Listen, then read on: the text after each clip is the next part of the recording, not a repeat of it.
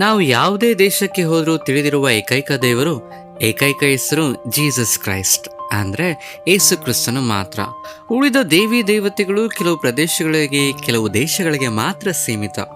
ಆದರೆ ಏಸು ಕ್ರಿಸ್ತನು ಪ್ರಪಂಚದ ಮೂಲೆ ಮೂಲೆಗಳಲ್ಲಿ ಪ್ರತಿಯೊಂದು ದೇಶದಲ್ಲೂ ತನ್ನ ಅಸ್ತಿತ್ವವನ್ನು ಹೊಂದಿದ್ದಾನೆ. ಅಂತಹ ಯೇಸು ಕ್ರಿಸ್ತನ ಬಗ್ಗೆ ಬೈಬಲ್ನಲ್ಲಿ ಬಹಳ ಸ್ಪಷ್ಟವಾಗಿ ಹೇಳಲಾಗಿದೆ. ಆತನ ಯೋಜನೆ, ಜನನ, ದೀಕ್ಷಾಸ್ನಾನ, ಜೀವನ, ಮರಣ, ಪುನರುತ್ಥಾನ ಎಲ್ಲವೂ ಬರೆಯಲ್ಪಟ್ಟಿದ್ದರೂ 12 ವರ್ಷದಿಂದ 30 ವರ್ಷದವರೆಗೆ ಆತನು ಎಲ್ಲಿದ್ದನು ಎಂದು ಬೈಬಲ್ನಲ್ಲಿ ಬರೆಯಲಾಗಿಲ್ಲ. ಆತನ ಪ್ರಸ್ತಾಪ ಎಲ್ಲಿಯೂ ಸಹ ಇರುವುದಿಲ್ಲ. ಹೀಗೆ 12ನೇ ವರ್ಷದಿಂದ 30ನೇ ವರ್ಷದ ನಡುವೆ ಏನು ನಡೆಯಿತು? ಯೇಸು ಎಲ್ಲಿಗೋದನು ಎಂಬುದು ಅನೇಕರಲ್ಲಿ ಕೆಲವು ಸಂದೇಹವಲ್ಲ, ಅನೇಕ ಸಿದ್ಧಾಂತಗಳು ಸಹ ಹೊರಬಂದಿವೆ. ಆದರೆ ಈ ವಿಡಿಯೋದಲ್ಲಿ ಖಚಿತವಾದ ಉತ್ತರವನ್ನು ನೀಡ್ತೇನೆ. ಈ ವಿಡಿಯೋವನ್ನು ಪೂರ್ತಿಯಾಗಿ ನೋಡಿ ಉತ್ತರ ಸಿಗುತ್ತದೆ. ಈ ಕಾಣೆಯಾದ ವರ್ಷಗಳ ಬಗ್ಗೆ, ಅಂದರೆ ಯೇಸು ಕ್ರಿಸ್ತನ ಕಾಣೆಯಾದ ವರ್ಷಗಳ ಬಗ್ಗೆ 12ನೇ ವರ್ಷದ ನಂತರದಿಂದ 30 ವರ್ಷಗಳ ಈ ಅಂತರವನ್ನು ತುಂಬಲು ಅನೇಕ ಸಿದ್ಧಾಂತಗಳು ಬಂದಿವೆ. ಏಕೆ ಇಷ್ಟು ಸಿದ್ಧಾಂತಗಳು? ಈ ಸಿದ್ಧಾಂತಗಳ ಬಗ್ಗೆ ನಾವು ಗಮನಿಸೋಣ. ಮೊದಲನೇದಾಗಿ ಬ್ರಿಟನ್.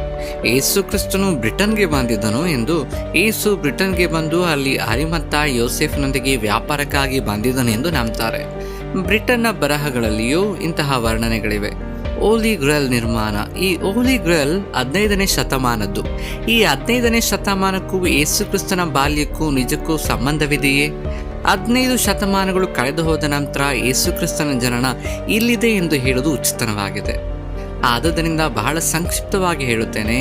ಈ ವಿವರಣೆಗಳೆಲ್ಲ ನಂತರ ಕಾರ್ನಿವಲ್ನಲ್ಲಿ ಅರಿಮತ್ತಾಯದೊಂದಿಗೆ ವಾಣಿಜ್ಯಕ್ಕಾಗಿ ಬಂದಿದ್ದನೆಂಬ ಕಥನವನ್ನು ರೂಪಿಸಿದ್ದಾರೆ.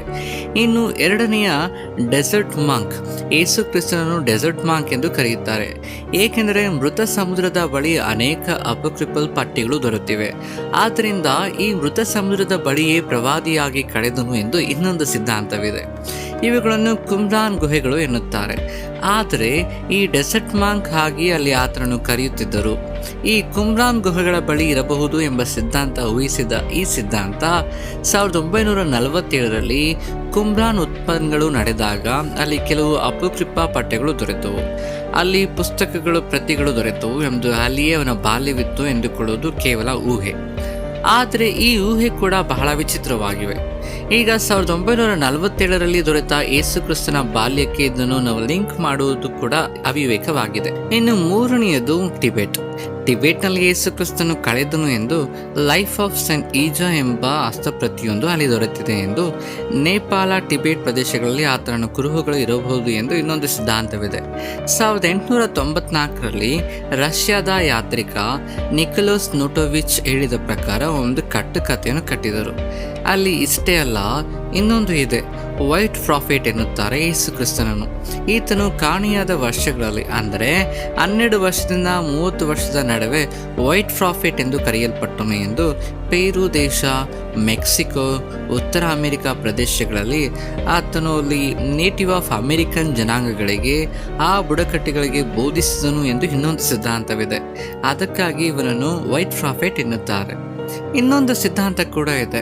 ಅದು ಜಪಾನ್ನಲ್ಲಿ ಯೇಸು ಕ್ರಿಸ್ತನು ಬಂದಿದ್ದನು ಎಂದು 12ನೇ ವರ್ಷದಿಂದ ಅಲ್ಲೇ ಇದ್ದನು ಎಂದು ಶಿಂಗೋ ಥಿಯರಿ ಎನ್ನುತ್ತಾರೆ.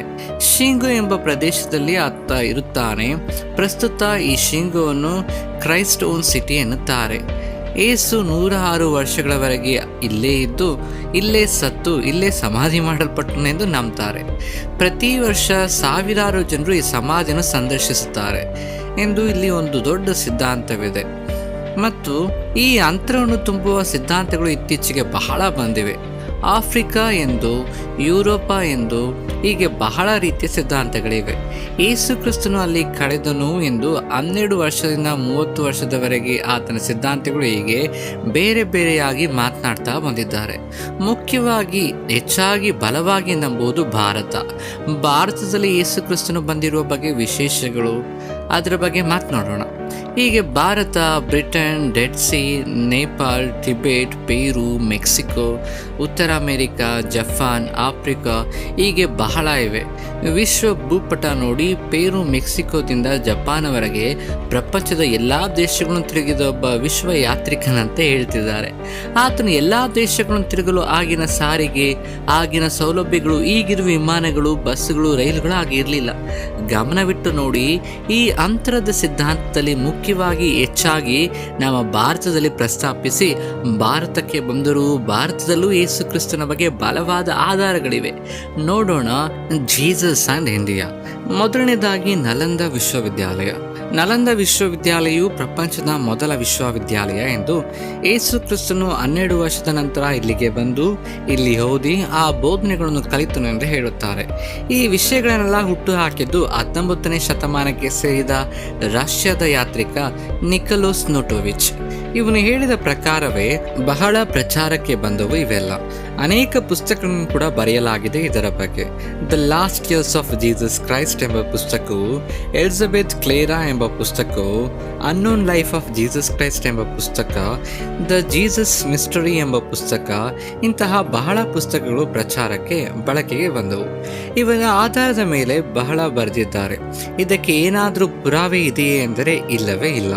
ನಿಮಗೆ ಅವಶ್ಯಕತೆ ಇದ್ದರೆ ಗೂಗಲ್ ಮಾಡಿ ನೋಡಿ, ಸರ್ಚ್ ಮಾಡಿ ನೋಡಿ, ವೆಬ್ನಲ್ಲಿ ಎಲ್ಲಾದರೂ ಹುಡುಕಿ ಯೇಸು ಕ್ರಿಸ್ತನು ಭಾರತದಲ್ಲಿದ್ದನು ಅಥವಾ ಬಂದಿದ್ದನು ಎಂದು ಹೇಳಲು ಏನಾದರೂ ಪುರಾವೆ ಇದೆಯೇ, ಎವಿಡೆನ್ಸ್ ಇದೆಯೇ ಎಂದರೆ there are no proof, no evidence.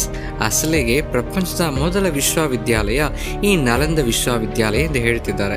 ಹಾಗಾದರೆ ಅದಕ್ಕಿಂತ ಮೊದಲು ಇದ್ದ ತಕ್ಷಶಿಲಾ ವಿಶ್ವವಿದ್ಯಾಲಯ ಸಂಗತಿ ಏನು, ಬೋಲೊಂಗೋ ವಿಶ್ವವಿದ್ಯಾಲಯದ ಸಂಗತಿ ಏನು? ಅವು ಬಹಳ ಪುರಾತನವಾದವು ಮತ್ತು ಮೊದಲನೆಯವು. ಹಾಗಾದರೆ ನಲಂದ ವಿಶ್ವವಿದ್ಯಾಲಯದಲ್ಲೇ ಇದ್ದರೂ ಅದು ಮೊದಲನೆಯದು ಎಂದು ಹೇಳಿಕೊಳ್ಳುವುದರಲ್ಲಿ ಎಷ್ಟು ಅಸಂಬದ್ಧತೆ ಎಂದು ಕಾಣಿಸುತ್ತದೆ ನೋಡಿ. ಇದೆಲ್ಲವೂ ಲಿಂಕ್ ಇಲ್ಲದ ಮತ್ತು ಲಾಜಿಕ್ ಇಲ್ಲದ ಮಿಸ್ಟರಿಗಳಾಗಿವೆ ಅಲ್ಲವೇ? ಹಾಗೆ ಇನ್ನೊಂದು ವಿಷಯ, ಸ್ವಾಮಿ ನಿರ್ಮಲಾನಂದಗಿರಿ ಎಂದು ಹೇಳಿ ಒಂದು ವೆಬ್ಸೈಟ್ನಲ್ಲಿ, ಆತನಿಗೆ ಸಂಬಂಧಿಸಿದ ಎಲ್ಲ ವೆಬ್ಸೈಟ್ನಲ್ಲಿ ಯೇಸು ಕ್ರಿಸ್ತನು ಹಿಂದೂ ದೇವಾಲಯಗಳನ್ನು ಸಂದರ್ಶಿಸಿ ವೇದಗಳು, ಉಪನಿಷತ್ತುಗಳನ್ನು ಕಲಿತು ಜೆರುಸಲೇಮಿಗೆ ಹೋದನು ಎಂದು ಬರೆದಿದ್ದಾರೆ. ಆತನು ಒಬ್ಬ ಹಿಂದೂ ಎಂದು ದೀಕ್ಷಾಸ್ಥಾನದ ಅರ್ಥವನ್ನು ಕೂಡ ಬೇರೆಯಾಗಿ ಅವರು ಪ್ರಕಟಿಸಿದ್ದಾರೆ. ಆ ವೆಬ್ಸೈಟ್ ನೋಡಿದರೆ ಯೇಸು ಕ್ರಿಸ್ತನೇ ಸತ್ಯ, ಈ ಹಿಂದೂ ದೇವರುಗಳೆಲ್ಲರಿಗೂ ಸಂಬಂಧಪಟ್ಟವನು ಎಂಬಂತೆ ಬರೆದುಕೊಂಡು ಬಂದಿದ್ದಾರೆ. ಜಗದ್ಗುರು ಎಂದು ಕರೆದುಕೊಳ್ಳುತ್ತಿರುವ ಆದಿ ಶಂಕರಾಚಾರ್ಯರು ಸ್ಥಾಪಿಸಿದ ಗೋವರ್ಧನ್ ಮಠವಿದೆ. ಈ ಗೋವರ್ಧನ್ ಮಠ ಒರಿಸ್ಸಾದ ಜಗನ್ನಾಥಪುರದಲ್ಲಿರುತ್ತದೆ. ಈ ಗೋವರ್ಧನ್ ಮಠದಲ್ಲಿ ಯೇಸು ಕ್ರಿಸ್ತನು ಬಂದಿದ್ದನು ಎಂದು, ಅಲ್ಲಿಗೆ ಬಂದು ಕಲಿತುಕೊಂಡನು ಎಂದು, ಆದಿ ಶಂಕರಾಚಾರ್ಯರು ಯೇಸು ಕ್ರಿಸ್ತನನ್ನು ನೋಡಿದರು ಎಂದು, ಹೀಗೆ ಬಹಳ ವಿಷಯಗಳನ್ನು ಹೇಳುತ್ತಿದ್ದಾರೆ. ಈ ವಿಷಯಗಳೆಲ್ಲ ಬಹಳ ಪ್ರಚಾರಕ್ಕೆ ಬಂದಿವೆ. ಬಹಳ ಜನರು ಇದನ್ನು ಬೋಧಿಸಿದ್ದಾರೆ, ಬಹಳ ಜನರು ಇದನ್ನು ನಂಬಿದ್ದಾರೆ ಕೂಡ. ಕೆಲವು ಕಾಲ ಯೇಸು ಕ್ರಿಸ್ತನ ಬೋಧನೆಗಳಲ್ಲಿ ಹಳೆಯ ಒಡಂಬಡಿಕೆಯ ಗ್ರಂಥಗಳನ್ನು ಉಲ್ಲೇಖಿಸಿದ್ದಾರೆ, ಧರ್ಮಶಾಸ್ತ್ರ ಗ್ರಂಥಗಳನ್ನು ಉಲ್ಲೇಖಿಸಿದ್ದಾರೆ, ಪ್ರವಾದಿಗಳ ಮಾತುಗಳನ್ನು ಸಹ ಉಲ್ಲೇಖಿಸಿದ್ದಾರೆ. ಆದರೆ ಎಂದಾದರೂ ಎಲ್ಲಿಯಾದರೂ ವೇದಗಳು, ಉಪನಿಷತ್ತುಗಳನ್ನು ಎಲ್ಲಿಯಾದರೂ ಉಲ್ಲೇಖಿಸಿದ್ದಾರೆ? ಅಸಲಿಗೆ ಆತನ ಬೋಧನೆಯಲ್ಲಿ ಎಂದಾದರೂ ಅಂತಹ ಪ್ರಸ್ತಾಪವಿದೆಯೇ? ಇನ್ನೊಂದು ಟ್ವಿಸ್ಟ್ ಏನು ಗೊತ್ತಾ? ಆ ಆದಿಶಂಕರಾಚಾರ್ಯರು ಯಾವಾಗಿನವರು ಅಂದರೆ ಕ್ರಿಸ್ತಶಕ 788ರಿಂದ 821 ವರ್ಷಗಳ ಕಾಲದವರು. ಈತನು ಯೇಸು ಕ್ರಿಸ್ತನು ಹುಟ್ಟಿ ಸತ್ತು ಎದ್ದ ನಂತರ 778 ವರ್ಷಗಳ ನಂತರ ಹುಟ್ಟಿದವರು. ಆ ಆದಿಶಂಕರಾಚಾರ್ಯರು ಗೋವರ್ಧನ ಮಠವನ್ನು ಯಾವಾಗ ಸ್ಟಾರ್ಟ್ ಮಾಡಿದರು? ಕ್ರಿಸ್ತಶಕ ಅಂದರೆ ಕ್ರಿಸ್ತನು ಹುಟ್ಟಿ ಸತ್ತು ಪುನರುತ್ಥಾನಗೊಂಡು 800 ವರ್ಷಗಳ ನಂತರ. ಸತ್ಯ ಅಂದರೆ ಯೇಸು ಕ್ರಿಸ್ತನು ಟೈಮ್ ಏನು? 800 ವರ್ಷಗಳ ನಂತರ. ಆ ಕಾಲದ ಯೇಸು ಕ್ರಿಸ್ತ 800 ವರ್ಷಗಳ ನಂತರ ಬಂದ ಗೋವರ್ಧನ ಮಠದಲ್ಲಿ ಕಲಿತರು. ಆತನ ಬಾಲ್ಯ ಇಲ್ಲೇ ಕಳೆಯಿತು ಎನ್ನುವುದರಲ್ಲಿ ಏನಾದರೂ ಅರ್ಥವಿದೆಯೇ? ನಿಜ ಎಂತೀರಾ?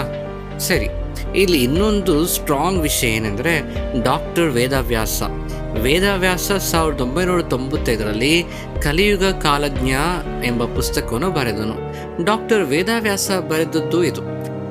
ಇದರಲ್ಲಿ ಪ್ರಾಮುಖ್ಯವಾದ 2 ವಿಷಯಗಳು ಹೈಲೈಟ್ ಏನೆಂದರೆ, 1999ರಲ್ಲಿ ಯುಗಾಂತ್ಯ ಬರುತ್ತದೆ, ಯುಗಾಂತ್ಯ ಮುಗಿದು ಹೋಗುತ್ತದೆ, ಸರ್ವವು ನಾಶವಾಗ್ತದೆ, ಸರ್ವವು ಪ್ರಪಂಚ ಅಳಿಸಿ ಹೋಗುತ್ತದೆ ಎಂದು ಬರೆದನು.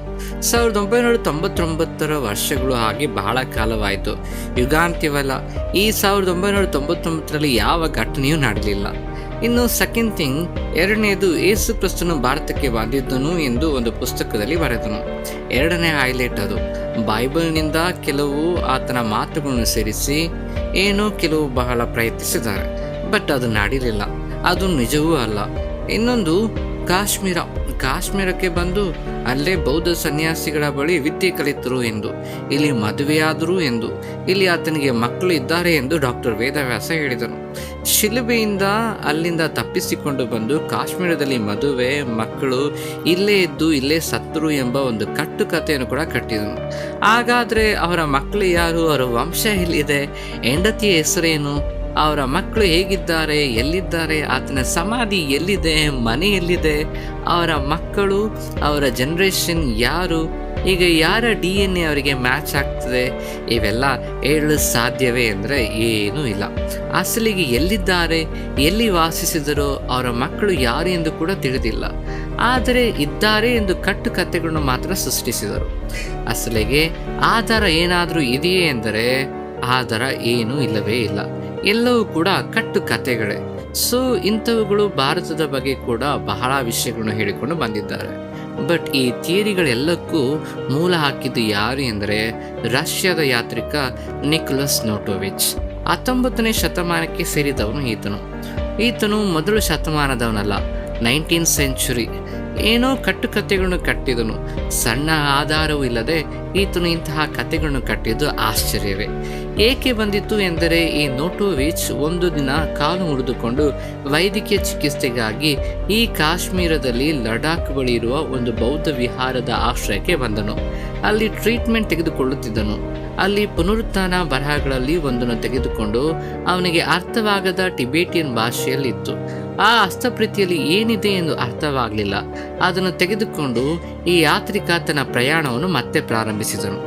ಅದನ್ನು ತಪ್ಪಾಗಿ ಅರ್ಥ ಮಾಡಿಕೊಂಡು ಈ ವಿವಾದಗಳು, ಕಾಲ್ಪನಿಕ ಪಾತ್ರಗಳು, ಕಾಲ್ಪನಿಕ ಕಥೆಗಳನ್ನು ಕಟ್ಟಿದನು. ಆತನ ಜೊತೆ ಇತಿಹಾಸಕಾರ, ತತ್ವಜ್ಞಾನಿ ಯಾಚ್ ಬಾಲ್ ಡಗ್ಲಸ್ ಎಂಬ ವ್ಯಕ್ತಿ ಇದ್ದಾನೆ. ಈತನು ಹೇಳುವುದೇನೆಂದರೆ, ಈ ನಿಕೋಲಸ್ ನೋಟೋವಿಚ್ ಹೇಳಿದವೆಲ್ಲ ಅರ್ಥವಿಲ್ಲದ ಸುಳ್ಳುಗಳು, ಯಾವುದಕ್ಕೂ ಹೊಂದಾಣಿಕೆ ಇರುವುದಿಲ್ಲ, ಯಾವುದೂ ನಿಜವಲ್ಲ, ಕೇವಲ ಸುಳ್ಳುಗಳನ್ನು ಮಾತ್ರ ಪ್ರಕಟಿಸುತ್ತಾನೆ ಎಂದು. ಆತನೇ ದೊಡ್ಡ ವಿವಾದಾತ್ಮಕ ವ್ಯಕ್ತಿ. ಅವನು ಹೇಳುವ ವಿಷಯಗಳಲ್ಲಿ ಯಾವುದೂ ನಿಜವಿರುವುದಿಲ್ಲ ಎಂದು ಡಗ್ಲಸ್ ಹೇಳಿದನು.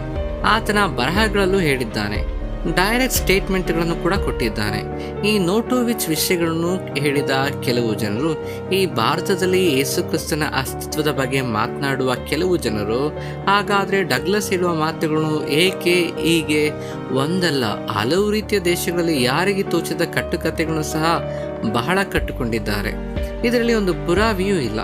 ಮೇಲಾಗಿ ಇವು ಯಾವ ಕಾಲಕ್ಕೆ ಸೇರಿದವು ಎಂದರೆ 18-19ನೇ ಶತಮಾನದ ಕಾಲಗಳಲ್ಲಿ, ಈ ಇತ್ತೀಚೆಗೆ 19ನೇ ಶತಮಾನದ ಕಾಲದಲ್ಲಿ ಹುಟ್ಟಿಕೊಂಡಂತಹ ಇತಿಹಾಸಗಳಿವು. ಹಾಗೆ ಎಂದೋ ನಡೆದ ಯೇಸು ಕ್ರಿಸ್ತನ ಬಾಲ್ಯವನ್ನು ಈಗ ಇವರಿಗೆ ಇಷ್ಟ ಬಂದ ಹಾಗೆ ಕಟ್ಟಿಕೊಂಡಿದ್ದಾರೆ, ಕಥೆಗಳನ್ನು ಸೃಷ್ಟಿಸಿದ್ದಾರೆ. ಮತ್ತು ಸಂಬಂಧವಿಲ್ಲದ ವಿಷಯಗಳು, ಎವಿಡೆನ್ಸ್ ಇಲ್ಲದ ವಿಷಯಗಳು. ಹಾಗಾದರೆ ಯಾವ ಯೇಸುವಿನ ಬಗ್ಗೆ ಮಾತನಾಡ್ತಿದ್ದಾರೆ, ಯಾರ ಬಗ್ಗೆ ಮಾತನಾಡ್ತಿದ್ದಾರೆ ಎಂದು ತಿಳಿದಿಲ್ಲ. ಬೈಬಲ್ನಲ್ಲಿ ಬಹಳ ಸ್ಪಷ್ಟವಾಗಿರೋ ಮಾತುಗಳನ್ನೆಲ್ಲ ನೋಡಿದರು. ಆದರೆ ಕಾಣೆಯಾದ ವರ್ಷಗಳು ಎಂದು 18 ವರ್ಷದಿಂದ 30 ವರ್ಷದವರೆಗೆ ಮಾತ್ರ ಇಂತಹ ಕಥೆಗಳನ್ನು ಹಬ್ಬಿಸಿದರು. ಈ ನಂತರ ಯೇಸು ಕ್ರಿಸ್ತನು ಇಲ್ಲೇ ಸತ್ತನು, ಇಲ್ಲೇ ಇದ್ದನು ಎಂದು ಹೇಳುತ್ತಿದ್ದಾರೆ. ಹಾಗಾದರೆ ಬೈಬಲ್ನಲ್ಲಿ, ಇತಿಹಾಸದಲ್ಲಿ, ಜೆರುಸಲೇಮ್ ಪ್ರದೇಶಗಳಲ್ಲಿ ಎವಿಡೆನ್ಸ್ಗಳೊಂದಿಗೆ ಇರುವ ವಿಷಯಗಳೆಲ್ಲ ಯೇಸು ಕ್ರಿಸ್ತನ ಅಸ್ತಿತ್ವ ಅಲ್ಲಿ ಕಂಡುಕೊಳ್ಳುತ್ತಿದೆ ಅಲ್ಲವೇ? ಅಲ್ಲಿ ತಿಳಿಸುತ್ತಿದ್ದಾರಲ್ಲವೇ? ಒಬ್ಬನೇ ವ್ಯಕ್ತಿ ಎಷ್ಟು ದೇಶಗಳಲ್ಲಿ ಅಸ್ತಿತ್ವವಿರಲು ಸಾಧ್ಯ? ಅದಕ್ಕೇನಾದರೂ ಪ್ರೂಫ್ಸ್ ಇದೆಯೇ ಎಂದರೆ ಏನೂ ಇಲ್ಲ. ಇಂತಹ ಕಥೆಗಳೆಲ್ಲ ಇತ್ತೀಚೆಗೆ ಹುಟ್ಟಿಕೊಂಡವು ಮತ್ತು ನಂಬಲು ಸಾಧ್ಯವಿಲ್ಲದವು. ಯೇಸು ಕ್ರಿಸ್ತನು ಲೂಕನ ಸುವಾರ್ತೆ 2ನೇ ಅಧ್ಯಾಯ 42ನೇ ವಚನದ ಪ್ರಕಾರ ಆತನು 12 ವರ್ಷದ ವಯಸ್ಸಿನಲ್ಲಿ ಜೆರುಸಲೇಮಿನಲ್ಲಿದ್ದನು. ಆತನ ಪ್ರಸ್ತಾಪ ಅಲ್ಲಿ ಇದೆ. ಭಾರತಕ್ಕೆ ಬಂದು ಬೌದ್ಧ ಗುರುಗಳ ಬಳಿ ಕಲಿತರು ಎಂದು ಹೇಳುತ್ತಿದ್ದಾರೆ. ಯೆರೂಸಲೇಮಿನಲ್ಲಿ ಅವರ ಬಾಯಿಂದ ಮಾತು ಬರದಂತೆ ಮಾಡಿದಂಥ ತನ್ನ ಜ್ಞಾನವನ್ನು ನೋಡಿ 12 ವರ್ಷದ ವಯಸ್ಸಿನಲ್ಲೇ ಶಾಸ್ತ್ರಿಗಳು, ಫರಿಸಾಯರು, ಯಾಜಕರು, ಪ್ರಧಾನ ಯಾಜಕರು ಎಲ್ಲರಿಗೂ ಆಶ್ಚರ್ಯವಾಗುವಂತೆ ಮಾಡಿದನು. ಲೂಕ 2ನೇ ಅಧ್ಯಾಯ 47ರಲ್ಲಿ ಆ ಮಾತುಗಳನ್ನು ಕೇಳಿದವರೆಲ್ಲರೂ ಆತನು ಜ್ಞಾನ ಮತ್ತು ಉತ್ತರಗಳಿಗೆ ಬೆರಗಾದರು ಎಂದು ಬರೆಯಲಾಗಿದೆ. ಅಷ್ಟು ಜ್ಞಾನ, ಅಷ್ಟು ವಿವೇಕ, ಅಷ್ಟು ಪರಿಪೂರ್ಣನಾಗಿ 12ನೇ ವಯಸ್ಸಿನಲ್ಲಿ ಇದ್ದ ವ್ಯಕ್ತಿ ಎಲ್ಲಿಗೆ ಹೋಗಿ ಕಲಿಯಬೇಕು? ಯಹೂದಿಗಳ ಧರ್ಮಶಾಸ್ತ್ರದ ಪ್ರಕಾರ ಪ್ರತಿ ವರ್ಷ 3 ಬಾರಿ ಯೆರೂಸಲೇಮಿಗೆ ಬರಬೇಕು. ಅಲ್ಲಿ ಕೆಲವು ಆಚರಣೆಗಳು, ಧರ್ಮಶಾಸ್ತ್ರ ಆಚರಣೆಗಳನ್ನು ಪಾಲಿಸಬೇಕು, ಧರ್ಮಶಾಸ್ತ್ರ ವಿಧಿಗಳನ್ನು ಸಹ ಪಾಲಿಸಬೇಕು. ಹಾಗೆ ಧರ್ಮಶಾಸ್ತ್ರ ಹಬ್ಬಗಳನ್ನು ಆಚರಿಸಬೇಕು. ಯಾರೇ ಆಗಲಿ ಪ್ರಪಂಚದ ಯಾವ ಮೂಲೆಯಲ್ಲೇ ಇದ್ದರೂ ಪ್ರತಿ ಪಾಸ್ಕ ಹಬ್ಬಕ್ಕೆ ತಪ್ಪದೆ ಹಾಜರಾಗಬೇಕು. ಲೂಕನ ಸುವಾರ್ತೆ 2ನೇ ಅಧ್ಯಾಯ 41ರ ಪ್ರಕಾರ ಯೇಸು ಕ್ರಿಸ್ತನು ತಂದೆ ತಾಯಿಯರು ಪ್ರತಿ ವರ್ಷ ಪಾಸ್ಕ ಹಬ್ಬಕ್ಕೆ ಯೆರೂಸಲೇಮಿನ ದೇವಾಲಯಕ್ಕೆ ಬರುತ್ತಿದ್ದರು ಎಂದು ವಾಕ್ಯದಲ್ಲಿದೆ. ಲೂಕನ ಸುವಾರ್ತೆ 4ನೇ ಅಧ್ಯಾಯ 16ನೇ ವಚನ ನೋಡಿ, ತಾನು ಬೆಳೆದ ನಜರೇತಿಗೆ ಬಂದನು. ತನ್ನ ಅಭ್ಯಾಸದ ಪ್ರಕಾರ ದೇವಾಲಯಕ್ಕೆ ಹೋಗಿ ಆತನು ವೇದವಾಕ್ಯ ಓದಲು ನಿಂತನು. ಅಲ್ಲಿ ವಾಕ್ಯ ಬಹಳ ಸ್ಪಷ್ಟವಾಗಿದೆ. ಅಲ್ಲಿ ನಜರೇತಿನಲ್ಲಿಯೇ ಅವನು ಬೆಳೆದನು ಎಂದು, ತಾನು ಬೆಳೆದ ನಜರೇತು ಎಂದು ಮತ್ತು ಆತನು ಸಬ್ಬತ್ ದಿನದಂದು ವಾಕ್ಯ ಓದಿದನು ಎಂದು ಅಲ್ಲಿ ತಿಳಿಯುತ್ತದೆ. ಅದಕ್ಕಾಗಿ ಆತನು ನಜರೇತುವಾದಿ, ನಜರೇಯನು ಮತ್ತು ಅಲ್ಲಿ ಬೆಳೆದನು, ಅಲ್ಲೇ ಇದ್ದನು ಎಂದು ಹೇಳುತ್ತಾರೆ. ಮಾರ್ಕನ ಸುವಾರ್ತೆ 6 ಮತ್ತು 3ರಲ್ಲಿ ನೋಡಿ, ಆತನು ಬಡಗಿಯಲ್ಲವೇ, ಮರಿಯಳ ಮಗನಲ್ಲವೇ, ಯೋಸೆಫ, ಯಾಕೋಬ, ಯೂದ, ಸೀಮೋನ ಇವನ ಸಹೋದರಲ್ಲವೇ ಎಂದು ಅವರು ಗುರುತಿಸಿದರು ಎಂದು ಹೇಳುತ್ತಿದ್ದಾರೆ. ಇಲ್ಲೇ ಅವರು ಬಂಧುಗಳೊಂದಿಗೆ ಬಡಗಿಯಾಗಿ ಅವನು ತೋರಿಸುತ್ತಿದ್ದಾರೆ. ಲೂಕನ ಸುವಾರ್ತೆ 2ನೇ ಅಧ್ಯಾಯ 52ನೇ ವಚನ ಪ್ರಕಾರ ಅಲ್ಲೇ ಜ್ಞಾನದಲ್ಲಿ, ವಯಸ್ಸಿನಲ್ಲಿ ಬೆಳೆದನು ಎಂದು ನಮಗೆ ಬರೆಯಲ್ಪಟ್ಟಿದೆ. ಯೋಹಾನ ಸುವಾರ್ತೆ 19ರ ಪ್ರಕಾರ ಶಿಲುಬೆల ಮೇಲೆ INRI ಅಂದರೆ ಶಿಲುಬೆ ಶಿಕ್ಷೆ ವಿಧಿಸಿದ ಪಿಲಾತನು ನಜರೇಯನಾದ ಯೇಸು ಯಹೂದಿಗಳ ಅರಸ ಎಂದು ಬರೆದನು. ರೋಮನ್ ಗವರ್ನರ್ ಆಗಿ ಆ ಶಾಸನವೇ ಹೇಳ್ತಾ ಇದೆ ನಜರೇತುವಾದಿ, ನಜರೇಯನಾದ ಯೇಸು ಎಂದು. ಮಾರ್ಕನ ಸುವಾರ್ತೆ 1ನೇ ಅಧ್ಯಾಯ 9ನೇ ವಚನ, ಈ ವಚನದ ಪ್ರಕಾರ ಗಲಿಲಾಯದ ನಜರೇತಿನಿಂದ ಬಂದ ಯೋಹಾನನಿಂದ ದೀಕ್ಷಾಸ್ನಾನ ಪಡೆದನು ಎಂದು ತಿಳಿಯುತ್ತದೆ. ಸೊ ಬೈಬಲ್ನಲ್ಲಿ ಈಜಿಪ್ಟಿಗೆ ಹೋದರು, ಯೆರೂಸಲೇಮಿಗೆ ಹೋದರು, ಗಲಿಲಾಯಕ್ಕೆ ಬಂದರು, ಎಲ್ಲವೂ ಸ್ಪಷ್ಟವಾಗಿ ಬರೆಯಲ್ಪಟ್ಟಿವೆ. ಚಿಕ್ಕಂದಿನಲ್ಲಿ ಅವರು ಐಗುಪ್ತಕ್ಕೆ ಹೋದರು, ನಜರೇತಿಗೆ ಬಂದರು, ಬೆತ್ಲೆಹೆಮ್ಗೆ ಹೋದರು ಎಂದು ಬರೆಯಲ್ಪಟ್ಟಿವೆ. ಇನ್ನು ಹೊರಗೆ ಹೋದರೆ ಖಂಡಿತ ಬರೆಯುತ್ತಿದ್ದರು. ಬರೀಲಿಲ್ಲ ಅಂದರೆ ಆತನಲ್ಲಿಗೆ ಹೋಗಲಿಲ್ಲ. ಯೇಸು ಕ್ರಿಸ್ತನು ಸಿನಗೋಗ್ ಮಂದಿರಗಳಲ್ಲಿ, ಸಿನಗೋಗ್ ಶಾಲೆಗಳಲ್ಲಿ ಯಹೂದಿ ರಬ್ಬಿಗಳ ಹತ್ತಿರ ಕಲಿಯಲು ಹೋಗುತ್ತಿದ್ದನು. ಅಲ್ಲಿ ಬೋಧಕರು ಸಹ ಆತನ ಜ್ಞಾನವನ್ನು, ವಿವೇಕವನ್ನು ನೋಡಿ ಅತ್ಯಾಶ್ಚರ್ಯಪಟ್ಟರು. ಆತನು ನಮಗಿಂತ ಹೆಚ್ಚು ತಿಳಿದಿರುವವನು, ನಮಗಿಂತ ಬುದ್ಧಿವಂತನು ಎಂದು ಬೋಧಕರೇ ಹೇಳುತ್ತಿದ್ದಾರೆ. ಅಲ್ಲಿ ಕಲಿತರು, ಅಲ್ಲೇ ಇದ್ದರು. ಆತನ ಜೊತೆಗಿದ್ದ ಶಿಷ್ಯರಿಗೆ, ಆತನೊಂದಿಗೆ ತಿರುಗಾಡಿದ ಅಪೊಸ್ತಲರಿಗೆ ಆಗಲಿ, ಶಿಷ್ಯರೇ ಆಗಲಿ, ಹತ್ತಿರ ನಾನು ಕಲಿತೆ ಅಥವಾ ರಬ್ಬಿ ಹತ್ತಿರ ಕಲಿತೆ ಎಂದು ಯೇಸು ಕ್ರಿಸ್ತನು ಯಾವಾಗಲೂ ಹೇಳಲಿಲ್ಲ. ಅಷ್ಟೇ ಅಲ್ಲ, ಆತನು ಶಿಷ್ಯರು ಕೂಡ ಅಂತಹ ವಿಷಯಗಳನ್ನು ಯಾವಾಗಲೂ ಹೇಳಲಿಲ್ಲ. ಅವರಿಗೆ ಗೊತ್ತಿರಬಹುದು, ಆದರೆ ಹೇಳಲಿಲ್ಲ. ಆತನಲ್ಲಿ ತಪ್ಪು ಹುಡುಕಲು ಆತನ ಸುತ್ತ ಅನೇಕ ಶಾಸ್ತ್ರಿಗಳು, ಫರಿಸಾಯರು ಯೇಸು ಕ್ರಿಸ್ತನ ಯಾವಾಗ ತಪ್ಪು ತೋರಿಸೋಣ ಎಂದು ನೋಡುವವರಿದ್ದರು. ಯೇಸುವಿನ ಜೀವನದಲ್ಲಿ ಸಣ್ಣ ತಪ್ಪು ಸಿಕ್ಕರೂ ಸಾಕು ಎಂದು ಹುಡುಕುವವರಿದ್ದರು. ಅವರು ಸುಮ್ಮನಿರ್ತಾರಾ? ಅವರು ಖಂಡಿತ ಸುಮ್ಮನಿರೋದೇ ಇಲ್ಲ. ಅವರ ಧರ್ಮಶಾಸ್ತ್ರಕ್ಕೆ ಹೊರಗಿನಿಂದ ಬಂದವನು, ಹೊರಗೆ ಕಲಿತವನು ಎಂದು ಆತನು ಒಪ್ಪಿಕೊಳ್ಳುವುದಿಲ್ಲ. ನಿಂದಿಸ್ತಾರೆ, ಅವಮಾನಿಸ್ತಾರೆ, ಹೋಗ್ಲಿ ಬಿಡಿ ಅಂತಾರೆ, ಮಾತನಾಡಬೇಡಿ ಅಂತಾರೆ. ಅಂತಹ ಶಾಸ್ತ್ರಿಗಳು, ಫರಿಸಾಯರು ಪ್ರಶ್ನಿಸಲಿಲ್ಲ. ಇನ್ನು ಏನು ಸಿಗ್ತದೆ ಎಂದು ನೋಡ್ತಿದ್ರೆ ಆತನು ಯಾವಾಗಲೂ ಮಾತನಾಡಲೇ ಇಲ್ಲ. ಅಂದರೆ ಅವರಿಗೆ ತಿಳಿದಿರುವ ವ್ಯಕ್ತಿಯೇ ಈ ನಜರೇತುವಾದಿಯೇ, ಯೋಸೇಫನ ಮಗನಾಗಿಯೇ, ಬಡಗಿಯಾಗಿ ನಜರೇತಿನಲ್ಲಿ ಬೆಳೆದವನಾಗಿಯೇ ನೋಡಿದರು. ಎಲ್ಲಿಗೂ ಯಾವಾಗಲೂ ಆತನು ಬರಲಿಲ್ಲ. ಕೊನೆಗೆ ಲೂಕನ ಸುವಾರ್ತೆ 4ನೇ ಅಧ್ಯಾಯ 30ನೇ ವಚನದ ಪ್ರಕಾರ 4:34ನೇ ವಚನದವರೆಗೆ ನೋಡಿ, ಆ ಅಪವಿತ್ರಾತ್ಮ ಹಿಡಿದವನು ಕೂಡ ನಜರೇಯನಾದ ಯೇಸು ಎನ್ನುತ್ತಾನೆ. ಅಪವಾದಿಗೂ ಗೊತ್ತು ಯೇಸು ಅಲ್ಲೇ ಇದ್ದಾನೆಂದು. ಆತನು ನಜರೇತಿನಲ್ಲಿ ಇದ್ದಾನೆಂದು ನಜರೇತುವಾದಿ ಎಂದು ಕರೆಯಲ್ಪಟ್ಟನು ಎಂದು. ನಿಜವೋ ಸುಳ್ಳು ಎಂದು ತಿಳಿಯದೆ ಎವಿಡೆನ್ಸ್ ಇಲ್ಲದ ಸುಳ್ಳು ಪ್ರಚಾರಗಳಿವು. ಯಾರೋ ಕುರುಡಾಗಿ ಹೇಳಿದ್ದಾರೆ, ಅದೇ ಪ್ರಚಾರ ಮಾಡ್ತಾ ಇದ್ದಾರೆ, ಅದನ್ನೇ ನಂಬ್ತಾ ಇದ್ದಾರೆ. ಏಕೆಂದರೆ ಯೇಸು ಕ್ರಿಸ್ತನ ಮೇಲೆ ಮಸಿ ಬಳಿಯಲು, ಮಬ್ಬು ಮಾಡಲು, ಆತನನ್ನು ತಪ್ಪಾಗಿ ತೋರಿಸಲು, ಈ ಬೈಬಲನ್ನು ತಪ್ಪಾಗಿ ತಿರುಚಿ ಆತನ ಮೌಲ್ಯವನ್ನು ಕಡಿಮೆ ಮಾಡಲು ಈ ಗ್ಯಾಪ್ ಥಿಯರಿಯನ್ನು ಉಪಯೋಗಿಸಿಕೊಂಡು ಇಂತಹ ಸುಳ್ಳು ಪ್ರಚಾರಗಳು, ಎವಿಡೆನ್ಸ್ ಇಲ್ಲದ ಸುಳ್ಳು ಪ್ರಚಾರಗಳನ್ನೆಲ್ಲ ಮಾಡ್ತಾ ಇದ್ದಾರೆ. ಇದು ಸತ್ಯದ ಮೇಲೆ ನಡೆಯುವ ಸುಳ್ಳು ಯುದ್ಧ. ಎಲ್ಲಿಂದಲೂ ಯಾವಾಗಲೂ ನಡೆಯುತ್ತಿರುವ ಯುದ್ಧವೇ ಇಂದಿಗೂ ಹೆಚ್ಚಾಗ್ತಲೇ ಇದೆ. ಒಂದು ಸುಳ್ಳನ್ನು 4 ಬಾರಿ 10 ಬಾರಿ ಹೇಳಿದರೆ ನಿಜವೆಂದು ನಂಬ್ತಾರೆ, ಆದರೆ ಒಂದು ಸತ್ಯವನ್ನು ಪ್ರಕಟಿಸಿದರೆ ಮಾತ್ರ ಇಷ್ಟವಾಗುವುದಿಲ್ಲ. ಸುಳ್ಳು, ಮಾಯೆ, ಮಂತ್ರಗಳನ್ನು ಮಾತ್ರ ನಂಬ್ತಾರೆ. ಯೇಸು ಕ್ರಿಸ್ತನು ಭಾರತಕ್ಕೆ ಬಂದನೆಂದು ಹೇಳಲು ಯಾವುದೇ ಆಧಾರಗಳಿಲ್ಲ.